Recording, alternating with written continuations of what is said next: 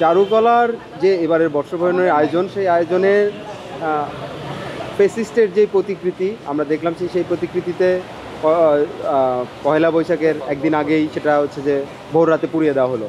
আবার এই একই ঘটনার আমরা দেখলাম যে ধারাবাহিকতায় আরেকটা ঘটনা ঘটলো, যে ওই বর্ষবরণের আয়োজনে যুক্ত একজন শিল্পীর বসত বাড়িতে আগুন দেওয়া হলো। তো এখানে একটা বিষয় যে গত শনিবারে যে আগুন দেওয়া হলো ফ্যাসিস্টের প্রতিকৃতিতে, সেই প্রতিকৃতির সেই আগুন দেওয়ার ঘটনায় আমরা ফুটেজ দেখেছি, সিসিটিভির ফুটেজ দেখেছি।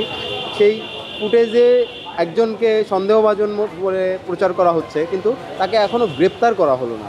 এই ঘটনাটা আমাদেরকে খুবই উদ্বিগ্ন করে এবং আমরা এই ঘটনায় খুবই উদ্বিগ্ন এবং আমরা উদ্বেগ প্রকাশ করে জানাতে চাই যে এরকম একটা ঘটনার পরেও যখন অপরাধীকে ধরা হয় না, একজনকে সন্দেহভাজন করে চিহ্নিত করে রাখা হয়, কিন্তু অপরাধীকে শাস্তির আওতায় আনার কোনো রকমের আমরা দেখতেছি না সরকারের পক্ষ থেকে সেই রকমের কোনো উদ্যোগ।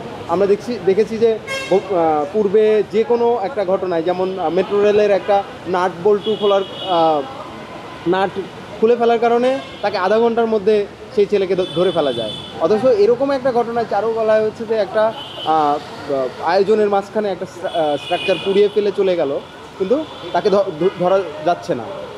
এর ফলে আমরা এর পরে দেখছি যে গতকালকে একই রকম ধারাবাহিকতায় ওই শিল্পীকে, মানবেন্দ্র ঘোষকে, পূর্বে থেকেই হুমকি ধামকি দিয়ে এবং তাকে নানান রকমের তার নামে অপপ্রচার চালিয়ে এবং উনি নাকি ফেসিস্টের প্রতিকৃতি বানিয়েছেন এই দায় দিয়ে তার বসত বাড়িতে যে আগুন দেওয়া হলো, এই ঘটনা আমাদেরকে আরও উদ্বিগ্ন করে। আমরা বলতে চাই যে পূর্বের ঘটনার যেহেতু সঠিক বিচার হয়নি, তো এই ঘটনাকে আসলে এই ঘটনাকে আসলে আমরা মনে করতে চাই যে উৎসাহ জুগিয়েছে। যদি এর অভ্যুত্থানের পরে যেই সকল ঘটনা, অসহিংসতার ঘটনা, এমনকি বিভিন্ন বসত বাড়িতে আগুন দেওয়ার ঘটনা, এই সকল ঘটনা আসলে কোনো ঘটনারই সঠিক সুরাহা হয়নি, যার ফলে এই যে মানুষের বসত বাড়িতে আগুন দেওয়া বা আক্রমণ করে বসা, এই ঘটনাটা এটা একটা সহজ ঘটনায় পরিণত হয়েছে।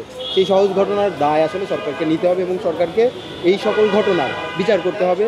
মানবেন্দ্র ঘোষের যেই বসত বাড়িতে আগুন, তার বিচার করতে হবে। এমনকি চারুকলার যে ওই শনিবারে যে আগুন দিল, কে বা কারা দিল, সেই ঘটনা আসলে তদন্তপূর্বক জনগণের সামনে উপস্থাপন করতে হবে।